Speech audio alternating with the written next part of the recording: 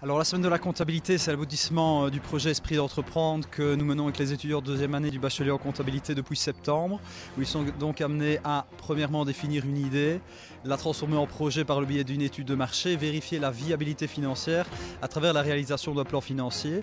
Et cette semaine de la comptabilité, c'est vraiment la fin de tout ce projet, où ils défendent leur projet, ils défendent leur plan financier face à un jury de professionnels composé de professeurs, mais d'externes également, banquiers, accompagnateurs de projets qui leur donnent un avis sur toute la démarche qu'ils ont parcourue et la viabilité de leur projet. C'est quoi l'objectif de cette journée-ci sur la semaine de la comptabilité? Le premier objectif, c'est un peu de remercier nos étudiants, de leur permettre aussi de souffler un coup, parce que c'est vrai que c'est un projet qui est très costaud. C'est pas évident de mener un projet de longue haleine et de trouver une cohésion et son rythme de croisière durant toute l'année. Et donc oui, le premier objectif, c'est vraiment de leur permettre de souffler un coup, de se trouver dans une condition qui est différente de celle de l'école. Et puis effectivement, c'est rebooster un petit peu l'esprit d'équipe, puisque malgré des activités ludiques, ils continuent quand même à les faire en équipe, donc c'est aussi un petit stimulant pour eux. Donc la matinée, on a eu des jeux de logique, ramper dans des tunnels, on a eu aussi des fils fluorescents qu'il ne fallait pas toucher, etc. Et l'après-midi, c'était un peu dans les airs, donc tyrolienne, pont de singe.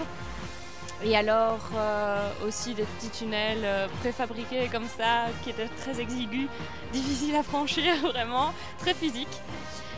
Et enfin, avec le maître du jeu, c'était vraiment un peu comme dans Fort Boyard, où il jouait avec une chaîne, on devait essayer de trouver les astuces, et c'était un peu impossible, il était très fort. C'était vraiment chouette en tout cas. On essaye de mesurer de manière plus ou moins statistique l'attention ou l'attrait pour le métier d'entrepreneur et d'indépendant avant et après le projet. Il y en a qui se révèlent vraiment à travers le projet, qui se rendent compte que c'est vraiment quelque chose qui leur plaît, de pouvoir prendre des décisions par eux-mêmes. Puis il y en a qui se rendent compte que c'est pas du tout fait pour eux. L'objectif n'est pas évidemment de faire de chacun d'eux des entrepreneurs, mais comme on aime à le dire, faire d'eux tous des personnes et des jeunes entreprenants. L'esprit d'entreprendre, ce n'est pas uniquement lié à une activité d'entreprise. Tout étudiant, tout professionnel est amené à gérer des projets, qu'ils soient privés ou professionnels. Et donc cette activité Esprit d'entreprendre vise à stimuler vraiment la possibilité et les compétences de prise d'initiative, d'aller saisir les opportunités.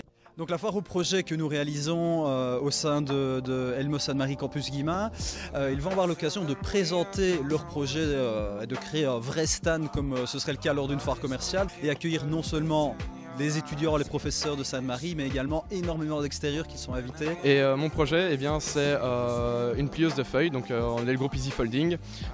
C'est une plieuse de feuilles pour les secrétariats, les PME, etc. qui leur sert à plier en seulement quelques secondes des feuilles de manière administrative, et, à la fois avec une finition parfaite et en un minimum de temps pour leur faire gagner du temps. On a créé un support pour faciliter le transport des courses, par exemple des packs d'eau qui se cassent ou qui font souvent très mal aux mains.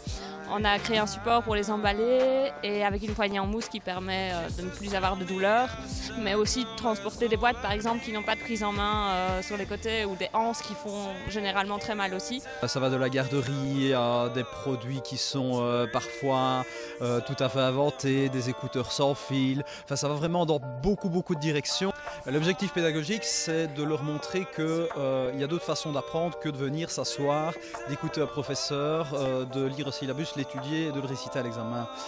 L'apprentissage peut se faire d'une manière tout à fait différente quand on se trouve confronté face à un problème et qu'on a d'autres choix que de réagir, où on n'a pas une personne qui est là à nous dire voilà ce qu'il faut faire, mais on a des personnes de référence, mais il faut aller savoir qui aller démarcher, quelle information obtenir, où l'obtenir, comment l'utiliser à bon escient.